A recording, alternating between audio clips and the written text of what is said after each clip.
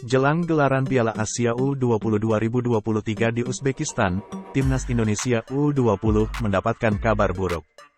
Pasalnya, dari daftar 30 pemain yang dipanggil Sintayong untuk mengikut training center, TC, Timnas yang mana hampir sebagian merupakan pemain Persija tampaknya tak akan mendapat restu dari pelatih Persija Jakarta, Thomas Doll. Bahkan ia pun mengaku tidak sendang dengan rencana TC Timnas jangka panjang milik Sintayong.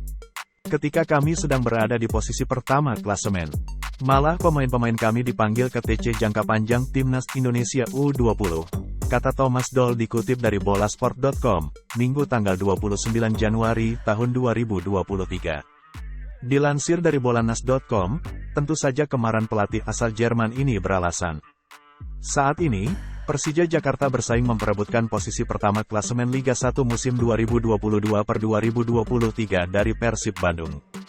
Apabila pemain mudanya dilepas, tentu saja tim yang berjuluk Macan Kemayoran itu akan mengalami kesusahan setidaknya hingga pekan ke-32 Liga 1 mendatang.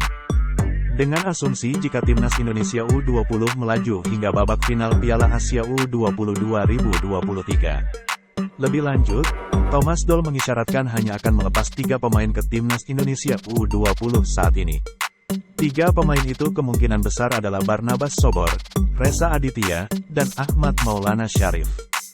Ketiganya memang jarang mendapat menit bermain di Liga 1 2022-2023. Sementara itu, 6 pemain lainnya tampaknya tidak diizinkan Thomas Doll tampil di Piala Asia U20 2023. Pelatih asal Jerman itu baru mau melepas pemainnya saat Piala Dunia U20 2023 bulan Mei mendatang.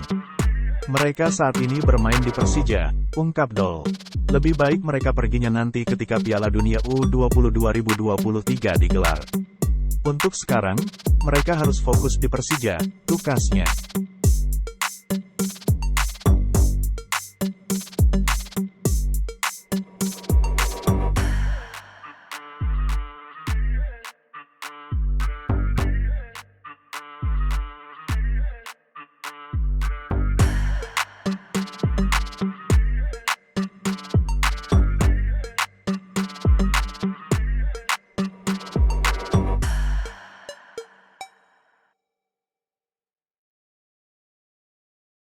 Terima kasih sudah nonton.